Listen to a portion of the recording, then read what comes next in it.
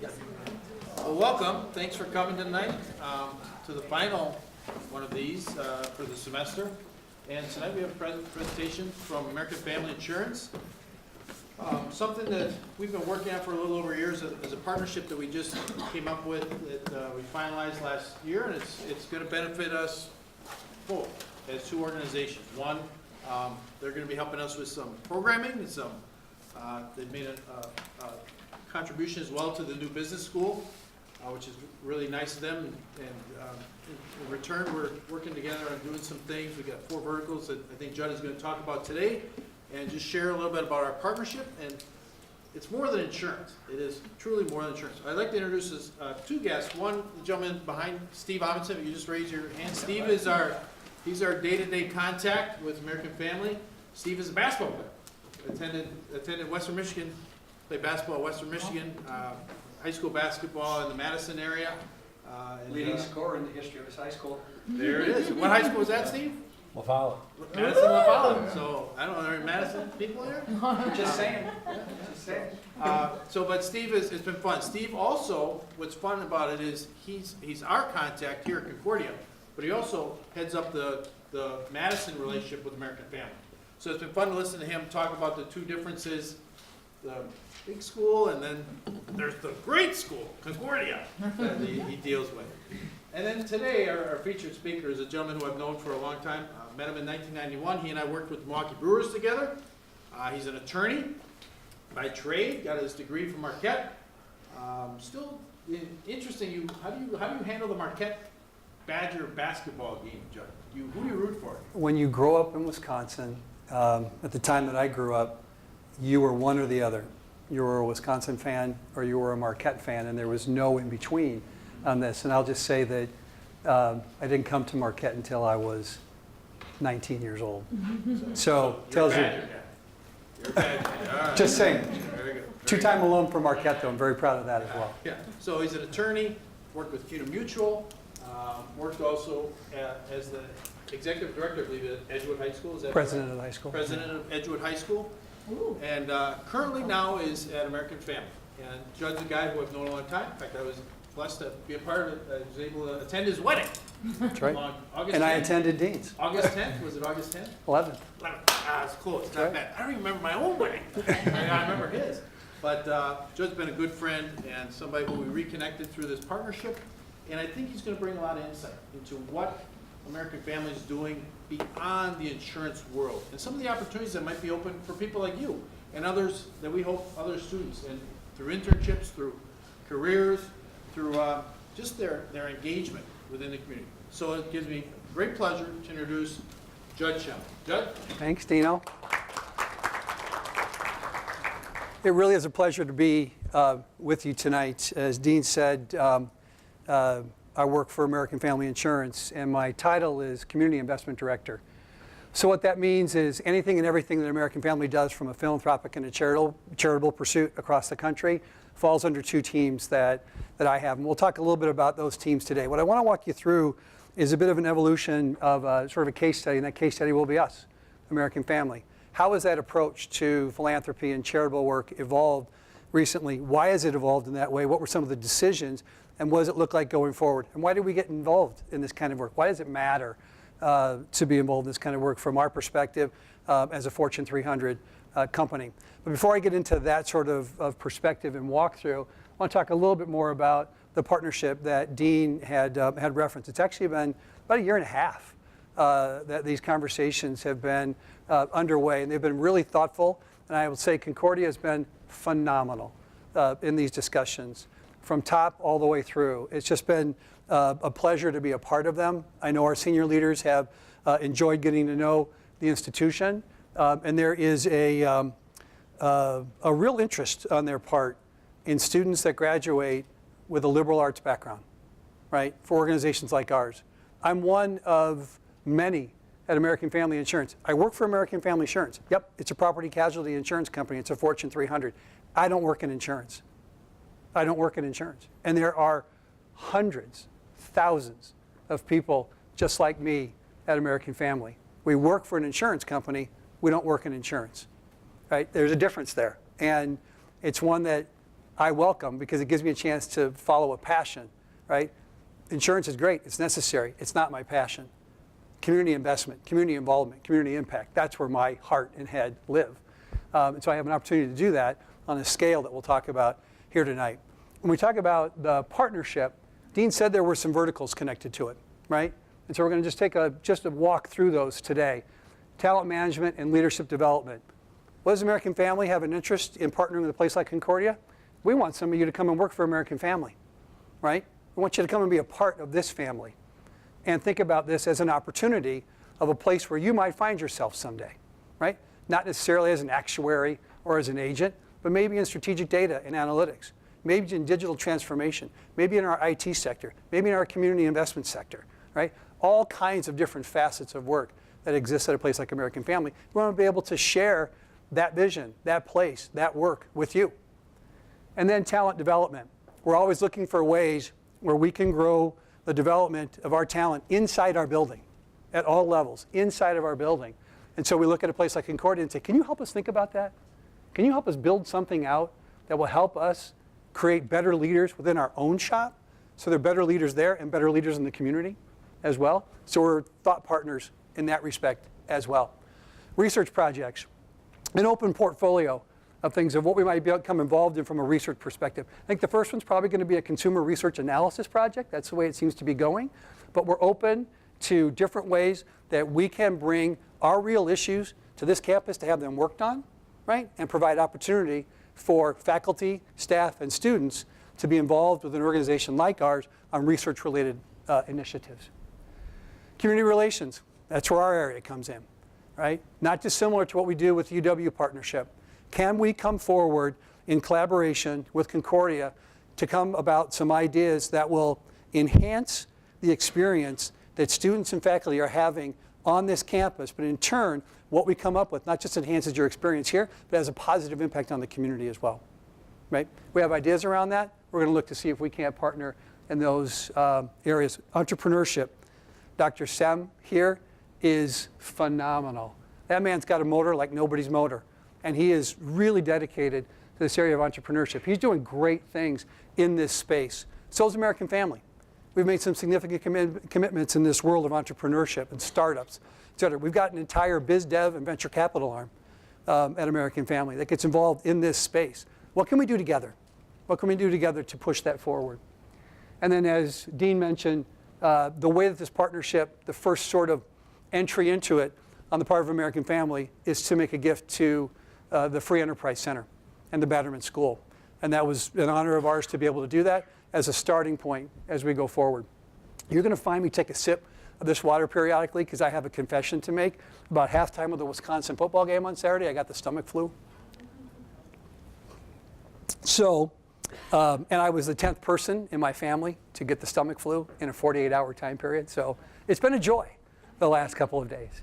So we're excited about the partnership. Before I get into the base of my presentation tonight, I need to say one more thing. Dean Renicky, when you got him, you got one of the good guys. You got one of the guys that knows how to do things the right way to get things done, but a man of ethics, right? And a man who will represent this institution exceptionally well. You got one of the good ones when you got Dean. So let's talk a little bit about evolution of corporate philanthropy, a case study of American Family Insurance. Spend a little time talking about this. When we go through this tonight, we're going to look at this as pre-2016 and post-2016. That was the moment in time where American Family made a strategic, intentional shift. From leadership all the way through the organization, we were going to do things differently in the realm of community investment, philanthropy, charitable work, right? So why do we get involved in this work to begin with? Why does it matter, right? And why would we think that we need to change our approach if things were going just fine the way they were? How a corporation shows up in the community means more to people now than it's ever meant before, right? More people will look at the charitable portfolio, the community investment related portfolio of an organization before they decide to go to work at that place or not. It matters to more people. It should matter to us. We want to attract and retain top talent. This kind of work is mattering to more people. Same is true on customers, right? Customers care more and are more likely to want to bring their business to a place that is genuinely and authentically showing up in the community, right? Now, some people might say, boy, that feels taboo to talk about philanthropic work and the business that you're in. Absolutely not. These two concepts are not incompatible. In fact, they've never been more compatible. That how you show up in the community matters to customers, it matters to employees, current and future. It should. It should. We're involved in this because it's the right thing to do. It's our opportunity. It's also our obligation to step forward, right? We're supported by the community. If we're not turning around and supporting the community that's supporting us, then we're not being authentic as an organization. That's got to start at the top. We're fortunate at American Family. It starts at the top with our president and CEO, Jack Salzwedel. So this moment in time of 2016 was a very important time for American Family in this role. Before we talk about 16 today, let's take a look back a little bit. So in 2016, we had what you would call a sponsorship model.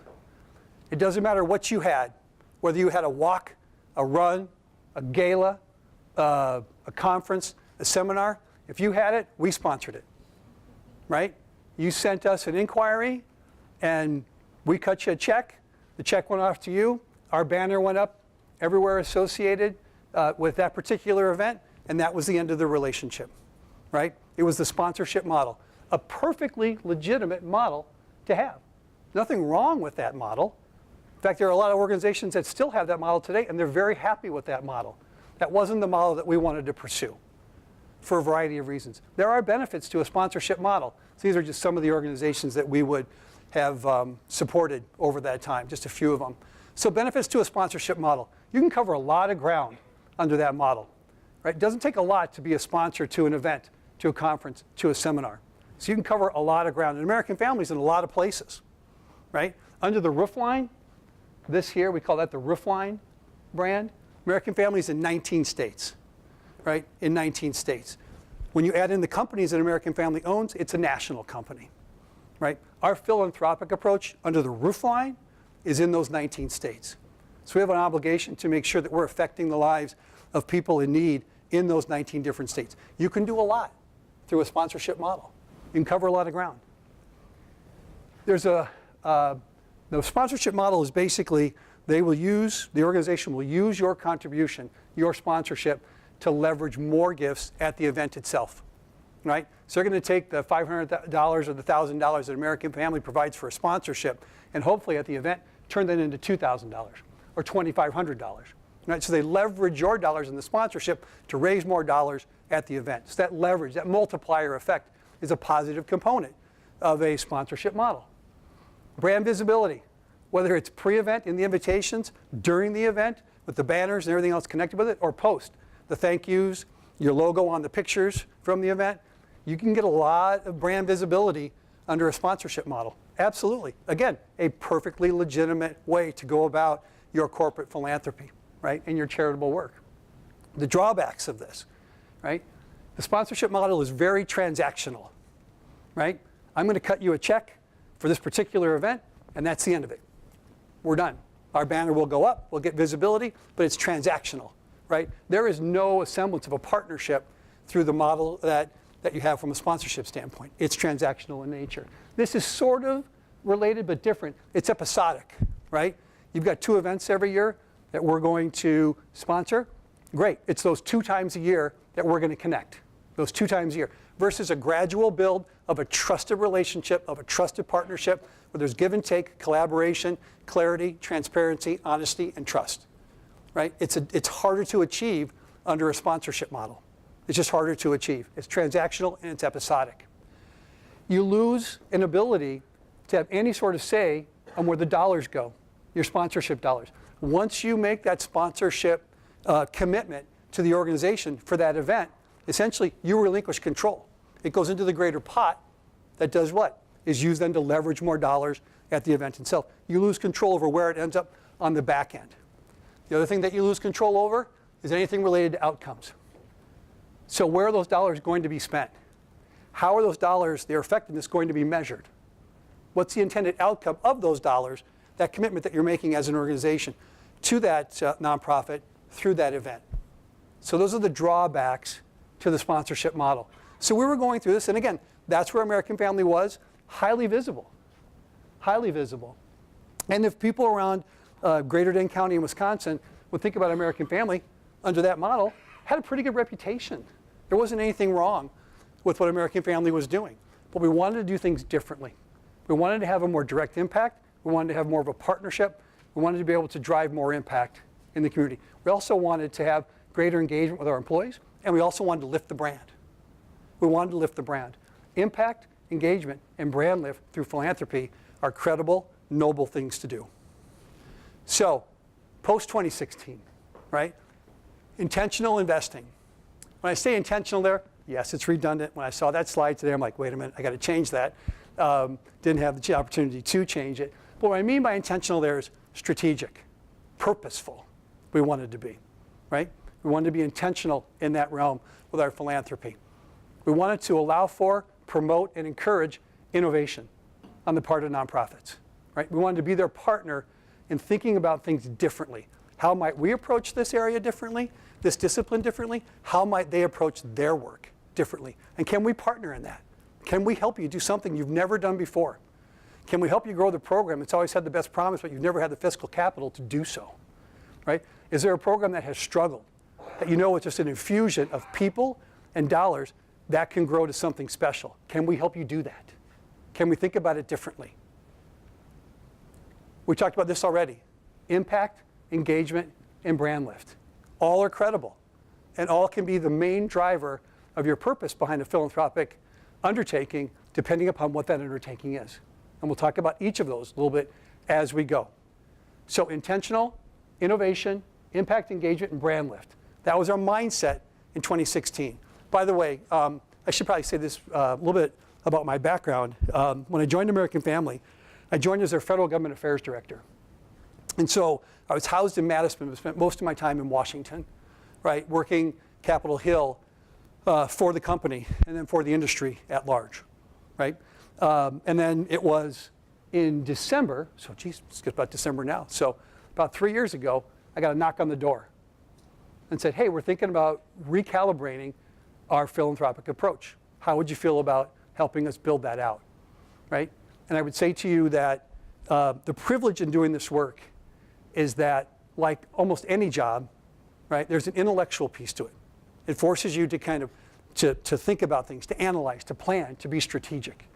But in this work, every day, you marry that up with the emotional, right? Every day you've got the intellectual and you've got the emotional.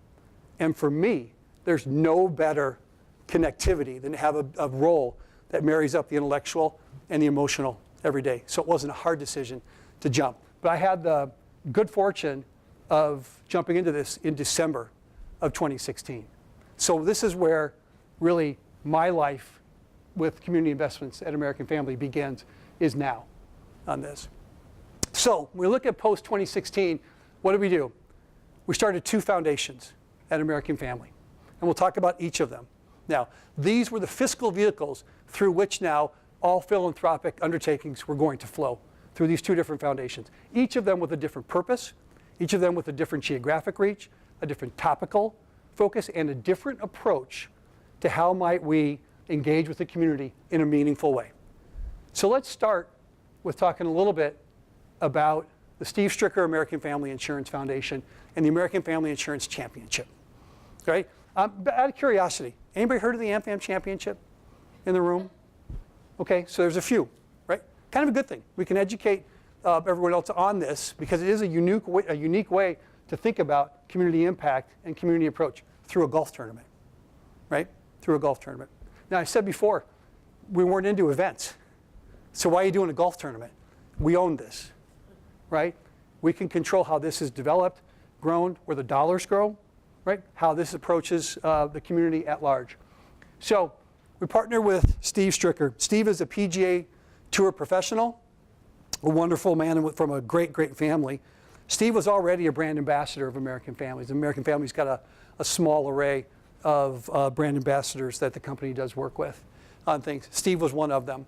And so he was a natural fit to be sort of the face of the foundation as well as the face of the tournament. And Steve and our CEO have been talking about the idea of bringing professional golf back to Wisconsin for a few years, right? So there was a concept of bringing golf back. The last time there was professional golf on an annual basis in the state of Wisconsin was the old GMO days.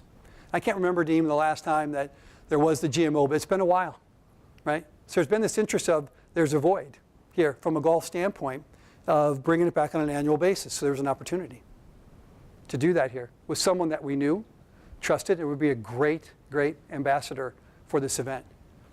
So we also said if this is going to happen, then there's got to be on the back end a very intentional approach to a positive community impact on a lot of different fronts, and we'll talk about how those fronts have sort of presented themselves. So the American Family Insurance Championship was born. And this is just a slide with some of the sort of different pieces to the tournament. But really what I want to do is I want to focus in on the partnership with the PGA Tour of Champions. That was intentional. And then the PGA Tour of Champions and what that means. Finding the right niche for this program in the greater Madison and then really a regional marketplace. The Tour of Champions, I don't know if anybody's familiar with this. In order to be on the Tour of Champions, you have to be a player that's at least 50 years old. Right? You can't play on the Tour of Champions unless you're at least 50 years old. That demographic, that fit for us in terms of what we were looking for the kind of event that we wanted to put on. Right? Accessible. These are people that are names that you're going to recognize that have finished playing sort of on that regular PGA Tour, but they still want to be able to keep playing, right? And still earning a living for them, for their families, stay connected to the other golfers, be a part of the game of golf, right? And it's a little more relaxed atmosphere at a Tour Champions event than a regular PGA event. You're closer to the players on things. They're more sort of open to the autographs and the banter, these kind of things. It was a fit for us. And so working with the PGA, the idea of a Tour Champion event became, I think, the right place to go pretty quickly versus a PGA event, an LPGA event, a junior PGA event, a collegiate event. There's all kinds of choices. This was the right fit for American Family.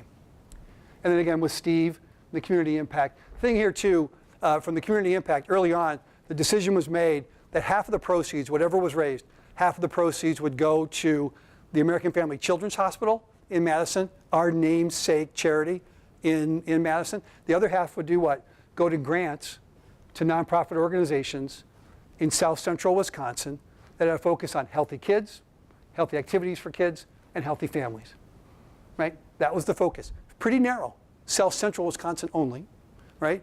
And a really limited number, array, if you will, bandwidth of different topics for this. So when we look at the event itself, what's happened in the last couple of years? I'll tell you a quick story, sort of a behind the curtain a little bit. When there was original conversations with the PGA to have this event, and we talked about also having a charitable proceeds after all the bills were paid, right? The PGA looked at American Family and said, you know what, guys, for your first year, just try not to lose money, right? Try to break even on this. That's really the goal that they have set for most events, you know, on the charitable side of this. And we said, you know what, we'd like to try and do a little bit better than that. We're going to shoot for $500,000. That's our goal, to shoot for $500,000. In 2016, the amount that we raised in the first iteration of the AmFam Championship was $1.08 million after all bills were paid. So half of that goes to the Children's Hospital. The other half of that is distributed out to, in this case, 34 nonprofit organizations who all made application. We go through a vetting process. They're all evaluated, and then they're decided upon in terms of who is going to receive those grants. 34 organizations received the other half of that $1.08 million from the first year of the tournament. And then you look at how do you judge success of this also from different facets, from a community standpoint. $12 million economic impact to the greater Madison community from the first iteration of the tournament. 1,200 volunteers from 15 states, right? 135 supporters from the business community that helped to sponsor that particular event. It was great. I mean, it was a really good first iteration, but what was it? It was a different approach to community impact. It was a different approach. We were bringing golf back to Wisconsin. We were bringing brand lift to American Family. We were impacting the community through making a significant donation to the Children's Hospital and a significant donation to 30 plus other nonprofit organizations and their important work in the areas identified by that particular foundation, right? A different way of thinking about community impact, a different way to innovate, to try and do something different that adds to the quality of life of the region in terms of what's available to people, but has a community impact on the back end. And then in 2017, that 1.089 million went up to 1.625 million raised. And you can see the economic impact has jumped as well. And 68 charitable organizations received the donations of the second half of those proceeds versus 34 in the first year. I would love to put the 2018 numbers up there, but they're going to be announced on December 10th. So I can't do that. But what I can say to you guys is that number here is going to change, right? And excited about where it's going. So this has got some legs to it now, right? It's having the intended effect, impact, right, in the community, engagement. You know, a ton of those volunteers are American Family employees. Not all of them, but a lot of them are. Engagement, employees, agents, customers, the community, right? Brand lift, all of this helps from a brand lift standpoint. It's okay to talk about it that way. It's appropriate to talk about it that way, right? So that is the Steve Stricker American Family Insurance Foundation. The other half of this is the American Family Insurance Dreams Foundation. This is true corporate philanthropy. This is classic corporate philanthropy. Now, how we operate that, you'll see, I think, is a little bit different along the way. But this is the approach of true corporate philanthropy. I'm going to go back one quick second.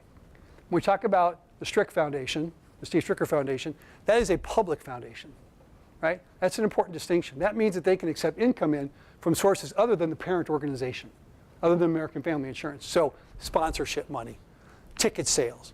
We do a concert every year. First year it was Darius Rucker. Last year it was REO Speedwagon. This year, coming up in 19, it's going to be Toby Keith. So come on out and hang out for that concert. But this is a public foundation. The Dreams Foundation is a private foundation. Private foundation means that it can only accept funds from its parent organization. So the way this foundation is structured is the company will essentially liquidate appreciated stock that they feel like they can liquidate at any given point in time, or insurance reserves are released by a state regulator and they have access to that capital. And so they can make donations into this foundation, solely funded in that fashion. So what does this foundation do? This foundation in 2016, in April of 2016, launched an employee and an agent matching gift program. So you're an employee of American Family Insurance. You're an agent of American Family Insurance. You live in Colorado and you live in Seattle, Washington, right? And you're employed by AmFam, or you're an agent of AmFam as an independent contractor. And you make a donation to a nonprofit organization anywhere in the country that matters to you, right? Your daughter happens to live in Phoenix, right? And your cousin happens to live in New York City. And you make donations to organizations that are helping them or helping their families. You make that donation, you get your thank you letter, your receipt back, you upload that to our system, we'll match that for you. What is that? That's really, for us, it's an investment at the end of the day that ends up at the organization in Phoenix or New York, et cetera, but it's an investment in you. It's an investment in you, and where are your passions? Where do those passions lie? So again, engagement from that standpoint. So employee and agent matching gift program. We've launched a college scholarship program, right? There's nothing more powerful from a dream standpoint than the opportunity to pursue higher education. So we wanted to be able to provide a college scholarship to the college-bound children of our employees, our agents, and agency staff. And when we open up classes in the fall of 2019, we'll have 400 different American Family Insurance Dreams Foundation scholarship recipients, seniors through freshmen, that will be there in the class. So we wanted to get the scholarship program up and running. We have a community grants program. We're going to dive into that community grants program a little bit more as part of this evolution of a philanthropic model with you. We'll jump in there. And we have a volunteer portal. You know, we've talked right now almost all about money, right? And the financial side of things. From our viewpoint, real change can't come with just a check. Real change has to come when you also are putting in place the human capital to combine with the dollars to truly drive change.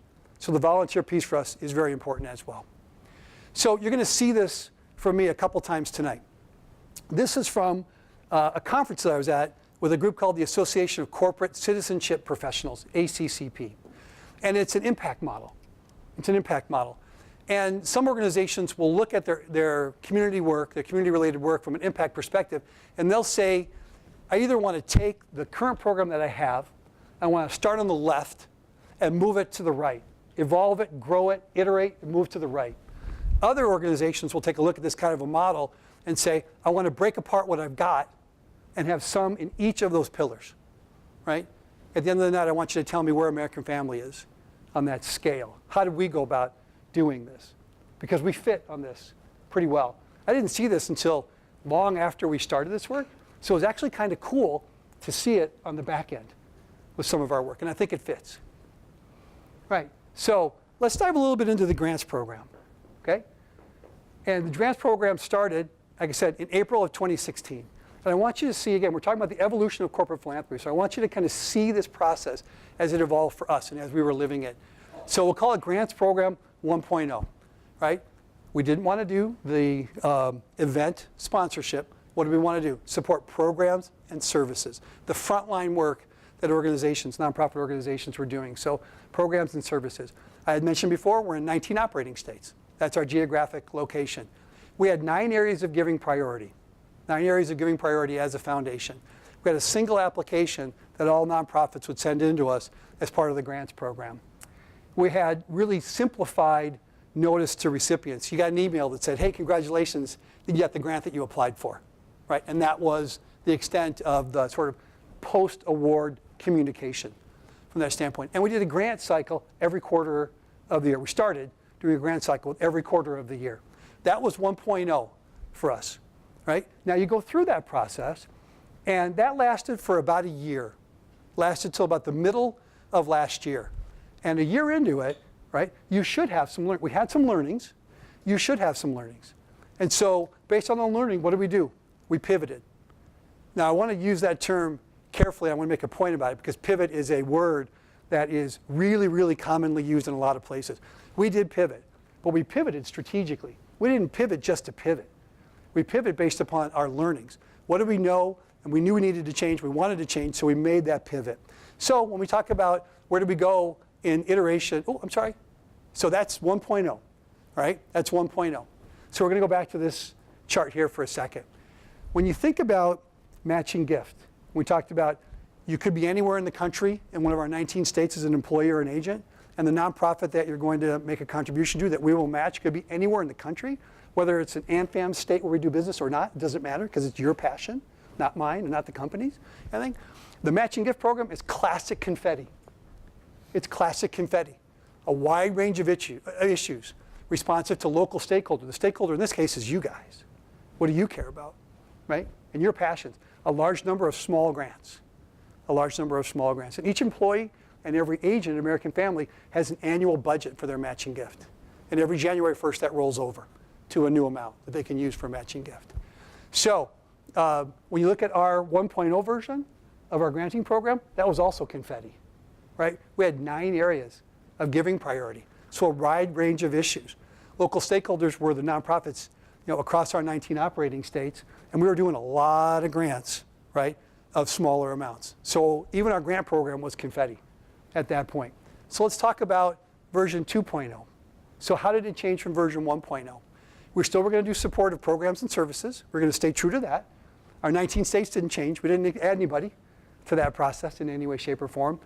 We went from 9 areas of giving priority to 2, to focus. We talked about being intentional, purposeful, strategic, focused. We went from 9 to 2. Part of the learnings. 9 was just too many. We were too spread out. It was too confetti-like for what we were trying to accomplish. We went from 4 grant cycles a year to 2 grant cycles a year to focus this in. We went from a single-step application to a 2-step application process. And I'll talk a little bit about both the 2 grant cycle and 2-step application process in a second, and the refined vetting. We introduced a series of 5 different filters that we look at when we analyze our grants. We say we want to be balanced. We want to be balanced against the dollar amount that's available for us in that grant cycle. We want to be balanced topically in terms of what we're giving, the topics that we're giving to. We want to be balanced geographically on that. And then the last filter that we roll in, is premium states, right? We have 19 states that contribute a different level of premium to American Family. So what we do is, I don't want that to be determinative, I'd like it to be informative in terms of the grant decision-making process. So when you think about Minnesota, let's use them as an example. They're the 2nd highest premium state for American Family right now. It doesn't mean that Minnesota has to be the 2nd highest state in terms of the philanthropic dollars that they receive through the grants program, but they probably shouldn't be 17th, 18th, or 19th, right? There probably shouldn't be that great of a disparity. So we overlay that filter to say, okay, do we have any anomalies that are really sort of out of perspective or out of whack from that standpoint? So we overlay a stronger refined vetting area. And then we begin to engage our agents. So when we make decisions on grant awards, what we'll do is we'll call up the local agent and say, hey, would you like to deliver the good news? To share that sort of message with the nonprofit to build that relationship with that organization? And how do they view an American Family Insurance agent that shows up and says, congratulations, you've been awarded a $15,000 grant from the Dreams Foundation? Engaging with our agents on behalf of the nonprofit organizations. Again, it's okay to talk about it that way. So that's the 2.0 version of the grants program. When I said the 2 grant cycles and the 2-step application process, honestly, that was born out of necessity for us. Because we started seeing volumes of grant applications that kept going boom, boom, boom, up, up, kind of thing. So what we did, trying to be respectful of the nonprofit organizations that would apply, we introduced a truncated initial application, a letter of intent, if anybody's heard of that. It's a short form application. It's a shorter version. It's less of a commitment on their part of time, effort, and energy. And then what we do is we'll take all of those that come in. I think this last grant cycle we had about 400 LOIs that came in. They're all reviewed, vetted, scored, right? And then we'd make a decision of a subset that move on to full application status. Those people fill out the full entire application, more involved, more detailed, more effort on their part, but they've gone through the first step. And then it's a subset of those full applications that eventually are awarded grants on the back end of the equation. So that's 2.0, and you can see in the blue how we changed. We pivoted, all right? We shifted based upon learnings that we had over the first one. So now we go back to this grid, right? Matching gift is still here. Scholarship really is still here. But what have we done from going from 9 grant cycles, 9 giving areas to 2, right? In terms of our focus and our approach here. We've gone to the clustered model, right? Focus on a few buckets of issues, typically aligned to the company's points of interest, right? And we've taken our philanthropic work in our areas of interest, our workforce development, education, basic needs, housing insecurity, food insecurity, access to transportation, access to quality daycare, right? Those are really our focus areas. We've refined them in dramatically, and it's connected to the work of American Family there. So we've taken that grants program, right, and we've moved it from the confetti model to the clustered model on things. Now you'll see how else we want to move it as we go forward. So let's keep going. So what's next? What's going to be the 3.0 version? I mean, honestly, the 3.0 version is being discussed almost as we speak. We had another conversation about it today. What's next up for American Family in this realm? So as we look at 2019 and beyond, it's still going to be supportive programs and services. That doesn't change. 19 states stays the same for us. Refined vetting, we're all going to have the refined vetting process because we believe in that and served us well. We're still going to engage agents in sharing the good news. Could we potentially adopt a national cause, a national component that wouldn't be supplanting the grant program that we had before, but additive to what we already have? Can we add in a national cause? Economic mobility, economic opportunity for all, education, early childhood education, maybe. Maybe it's support, maybe it's mass incarceration, and maybe it's supporting the formerly incarcerated to reacclimate into the community, access to capital, people that would not have access to capital otherwise. There's a broad spectrum of topics that we're talking about that could be the national cause for American Family, right? Can we potentially adopt something like that? There's a grammatical thing here. As opposed to single grant cycles, I think it should be single grant cycle. That's on me. But do we go from 2 grant cycles to 1 on an annual basis? And then how do we work more closely with marketing? Inclusive excellence, that's our diversity and inclusion area. Right? How can we work more with them and our other business partners to come together and collaborate and lift all of our work together? All of our work together. Is that possible? How might we do that? Right? That's what we're thinking about now in a 3.0 version of what happens with the philanthropic approach from the grants perspective at AmFam. And then measurable impact. There's a real challenge in terms of measuring the impact that you're having. Can we ever claim impact by attribution? We made this investment on this cause with this organization, and that moved the needle 3 points. Can we claim that? Bless you. Can we claim that attribution? Or are we impact by contribution? We're contributing to organizations that are improving the quality of life for individuals in this community of need, and that is our level of impact. Impact by contribution or impact by attribution. If we select a national cause and do this on a holistic view with business partners, marketing, our D&I area, et cetera. Can we get from impact from contribution to impact by attribution? That we can actually say we're moving the needle on something?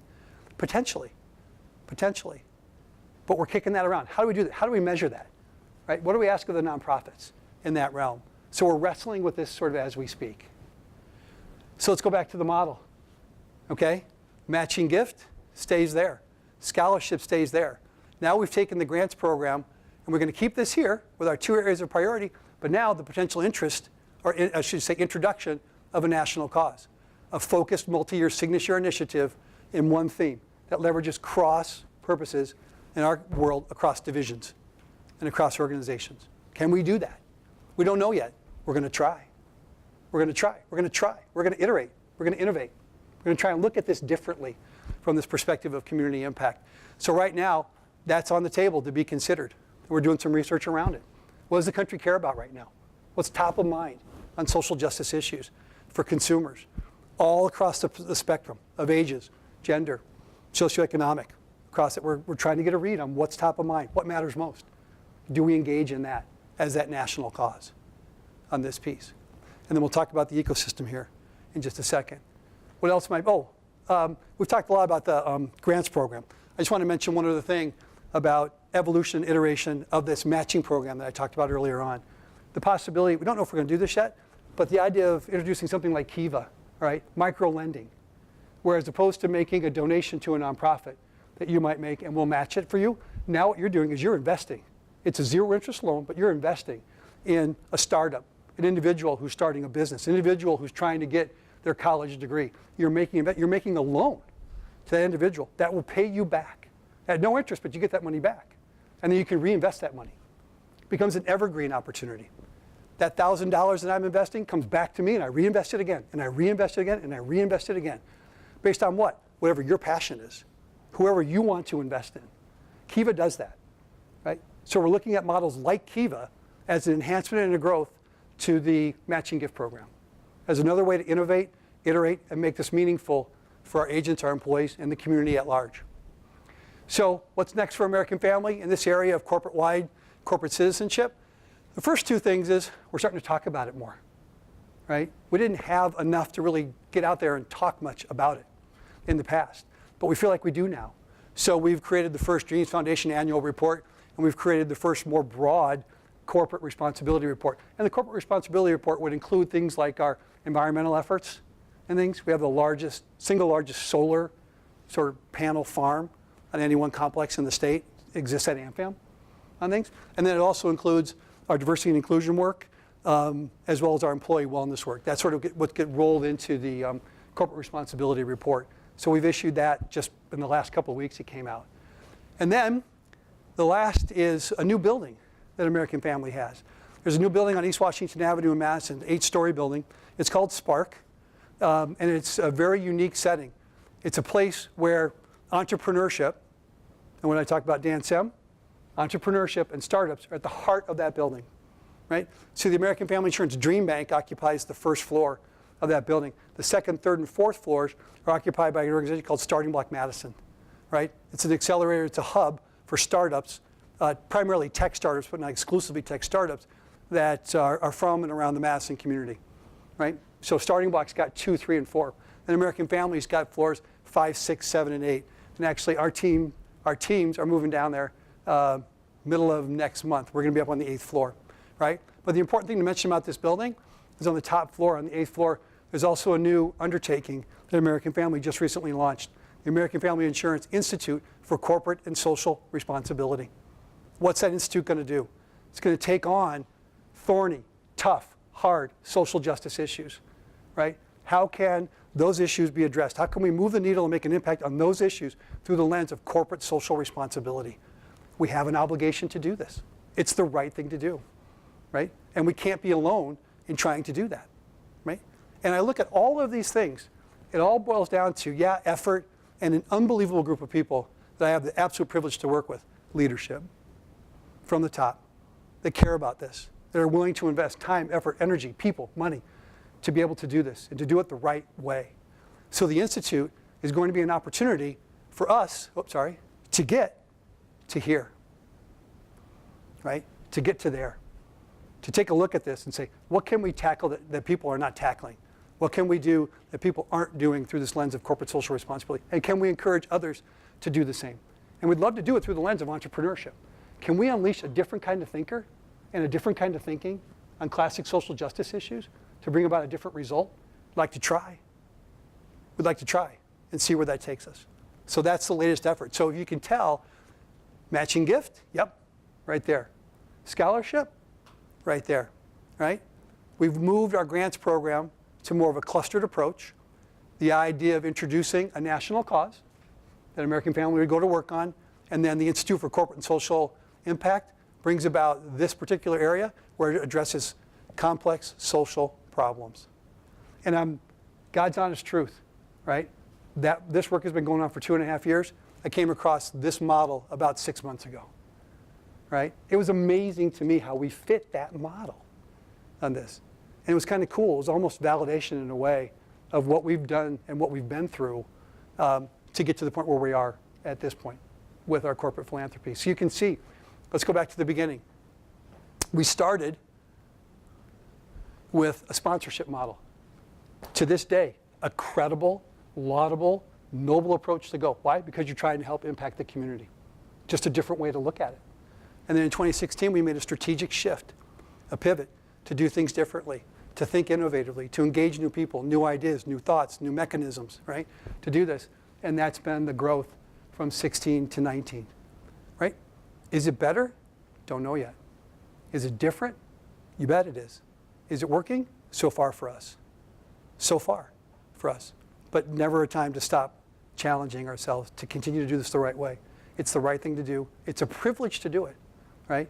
And there is amazing need out there, legitimate need, right? And if we're not helping, not that we're going to be able to do it all, we can't. We're one place. But if we're not out there helping and being a part of it, then we're not being true to who we are, right? And who we should be as a corporate citizen. So with that, I will say thank you and invite any questions that you might have about past, present, future, anything that I can possibly address, I'm happy to address it. Yeah. So did you guys completely stop doing the sponsorships? Good question. We did? Excuse me, we did not. We curtailed it dramatically. Another sort of behind the curtain sort of story on this. When we made the decision to shift from the sponsorship model, I would say it was a good, solid year that when we engage in conversations with nonprofits, those conversations were, what, you're not doing what anymore? Right? You're not doing this anymore?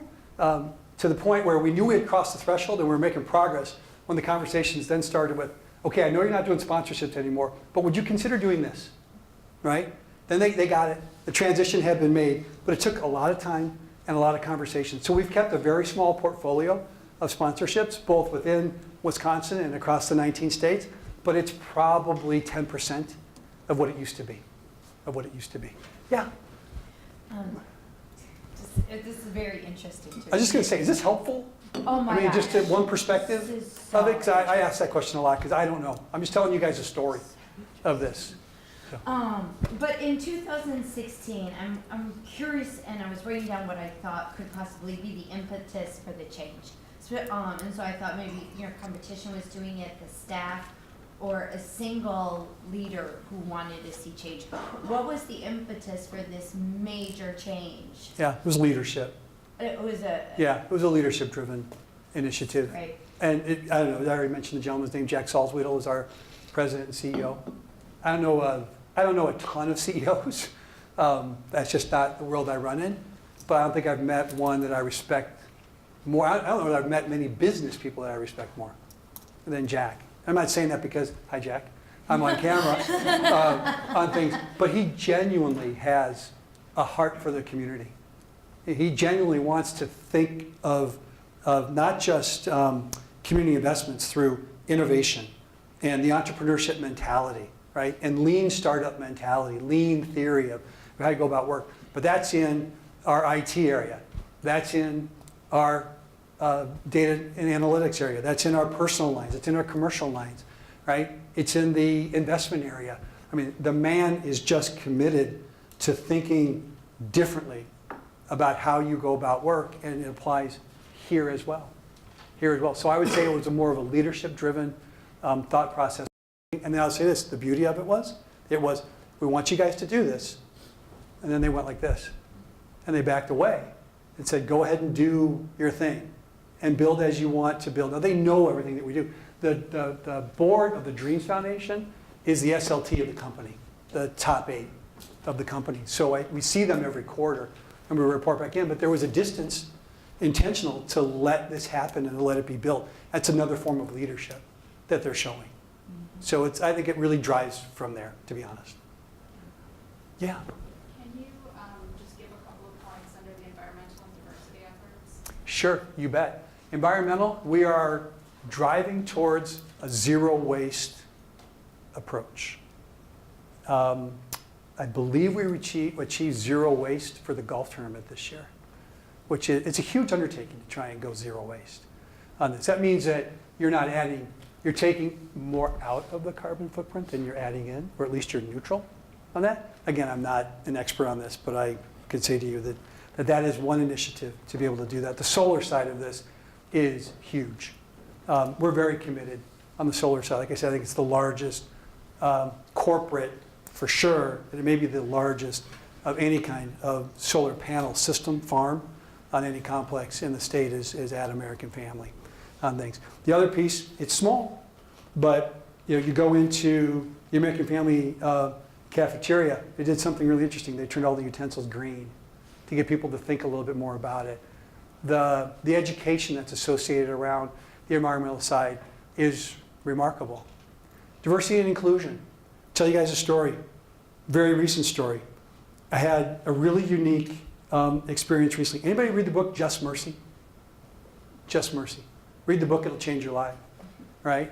Written by a guy named Brian Stevenson. Brian is the founder of the Equal Justice Initiative. The Equal Justice Initiative is located in Montgomery, Alabama. Brian has spent his professional career representing individuals that have been wrongly accused on death row, and children that have been sentenced to life in prison under the federal sentencing rules for non-homicidal activity. That's how Brian has committed his life.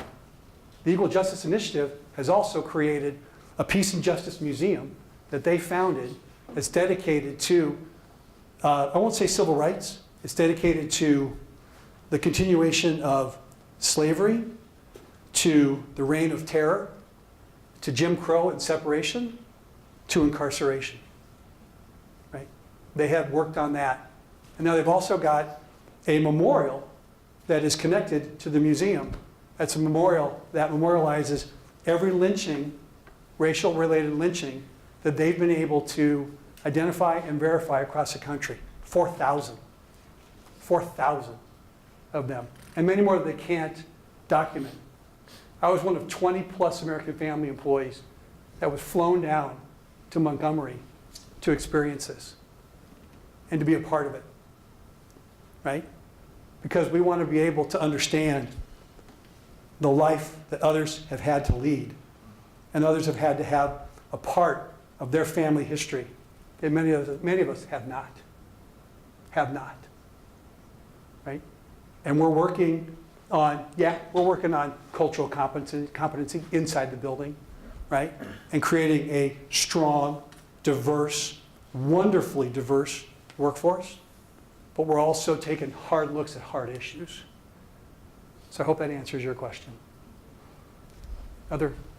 Could you expand a little bit more on the partnership between American Family and Concordia and maybe the focus areas of the community impact in our area? Mm-hmm. It's excuse me, that wasn't a good sip of water. The community impact portal vertical, as we call it, is really an open book. Maybe the best way I can describe, because this is a new partnership, this is emerging. In fact, you probably shouldn't say an intentional partnership, you should say an emerging partnership. That's really what it is. But let me give you 2 examples, maybe 3, of what we're doing on UW-Madison's campus, and we can correlate that to what could potentially happen here. Okay? So the Wisconsin Institute for Discovery has something called Saturday Science. Right? Saturday Science is the first Saturday of every month. The WID, Institute for Discovery, has probably 40 or 50 different exhibits that they have available in the base of that building. And there's all kinds of kids that are from let's just call it, just for sake of argument, from 4 to 10 that are there on a Saturday morning. Okay? And it's a really well-attended thing that introduces kids to STEM in a fun, interactive, non-threatening way, right? You walk that complex on a Saturday morning, you won't see 5% of the kids that are there are kids of color. You don't see that, right? So what do? We partnered with WID to say, how about if we can, through the partnership, send a bus to the Boys and Girls Club, a partner of ours, right? And we'll provide breakfast in the morning, the bus, to bring them to WID, and then they experience all of these different exhibits for these 3 hours that they're there. And then what we do on the back end of it is those kids that are coming from the Boys and Girls Club, we take them up to a conference room up on the top of WID where a graduate student or professor comes in, eats lunch with them, and shares with them their journey in STEM. Right? So we do this for 2 reasons. Right? Those kids deserve to have the same opportunity to be introduced to that same environment as anyone else, but they would never think to go. It's just not in their world. Right? So if we can help in that regard, terrific. The other thing is this is a great place, so is that. They're both good places, right?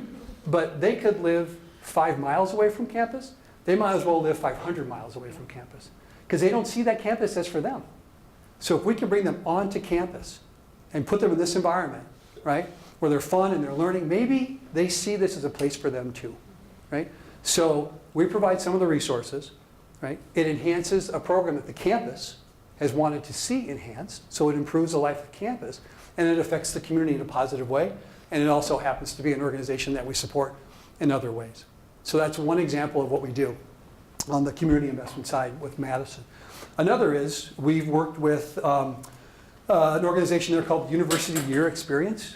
So the University Year Experience basically is the idea that you'll have a local municipality that's going through a strategic planning process, a city or a county, and they don't have the time, expertise, dollars, or the ability to come up with good, solid ideas to some of the key points in their strategic plan.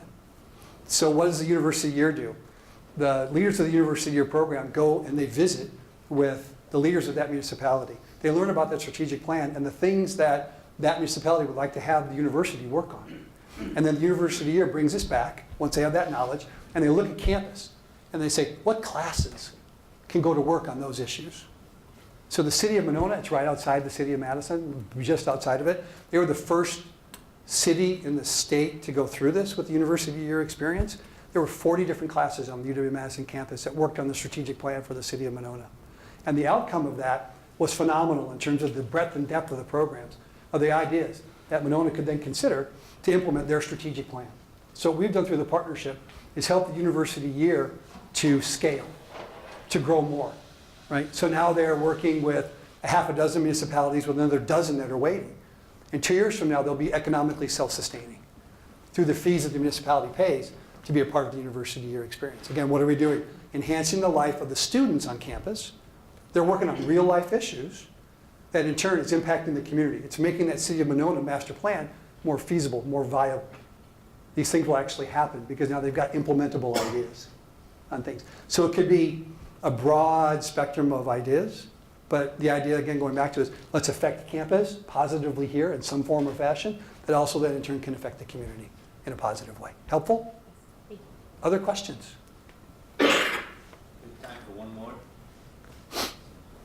Yeah, So, since you guys are succeeding at what you're doing. that's an open question. Okay, so if you guys are succeeding. Yeah. Are you guys going to try to find other companies that want to do the same thing? Awesome question. And Great approach question. them? Yeah, Amo, what we're talking about, driving down tonight. Steve was asking basically that same kind of question on this. By the way, I'll just say this here in the public realm.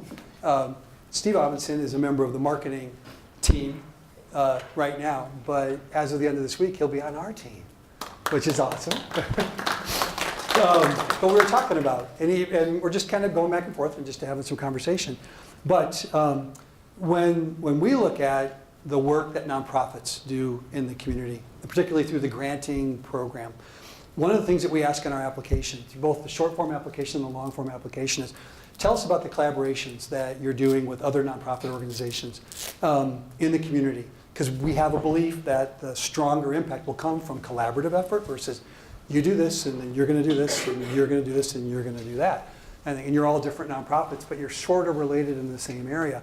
So when we ask that question, we've also been a bit of a rabble-rouser in the Madison philanthropic community, because we have been very strong in saying, if we're going to ask the nonprofits to do this, and many other corporate funders are doing the same, we have to walk the walk ourselves, right? We can't ask them to do it and not do it ourselves. So we've led a conversation around the collective impact theory, right? We can do more together than we can apart. And if we can work with other corporate funders to come together on initiatives, maybe we can do more, greater depth, more impact, that kind of thing. And actually, wonderfully, there's been a pretty positive response to that, right? And we've tried a couple things along the way, and there's some other big stuff that's kind of in the hopper, kind of cooking, but it's around that idea of collective impact. So we're dedicated to doing that anywhere and everywhere we possibly can, because it's not about American Family sort of waving the banner that we have to be the only ones doing it. We'd rather partner with other organizations if it's at all possible. So we're a promoter of it, we're a believer in it, and we're going to try and live that piece of it too. So I'm going to close by saying thank you. This was an honor for me to be with you and to sort of be one of the first steps out publicly, if you will, on the partnership. I'm a liberal arts grad. Marquette's a liberal arts institution. I love these places. It's fun to tell the story. We don't tell the story a lot, but it's fun to be able to tell the story. The staff all wants the copy of this PowerPoint so they can see what we're talking about and see if they agree with all of this. But it's been my great privilege to be with you. I'll hang around a little bit afterwards if you have any other questions. And I'm happy for anybody to reach out to me at any time. We're here to help, right? We're here to help the community, but we're also here to help you guys too as you think about either business, a place like AmFam, or the world of corporate philanthropy. Thank you again for having me. A couple quick last comments. It's funny. So now when I get my premium statement and I pay it and I have a little American Family card, hopefully if you have American Family, it means a little bit more. It's more than insurance. I mean, so I feel a little better about my premium. That's a good thing. You know? Well, my college-age daughter had an accident, so That's out the window. and then, one quick little story about their CEO and chairman, Jack Salzwedel. It was funny, when I made my presentation, well, I guess it was last October, October of 2017. Yeah. I laughed because I dressed like this for the presentation, and here comes the chairman and CEO of a however many billion-dollar company. Fortune 300, yeah. Yeah, and he's in a sweater and jeans. And I'm going, now that is cool. I said, I could work for a guy like that. We are going to do a couple things. Ed and Christy and Brian and Steve and Dan Sim never got in here. So, but we're working on February 12th. They're going to come back with a team here. They're going to do some internship interviews, some careers for those of you who might be graduating and looking for jobs. I ran across a young man, Kurt Janetsky, if anybody knows Kurt Janetsky, outside of the our field house. He said he's going to work for you. Really? So, yeah, he's graduating in December. He's going to work in January. So I know we got one graduate over there. I met a couple. Here's the truth about American Families, about 8,000 employees, right?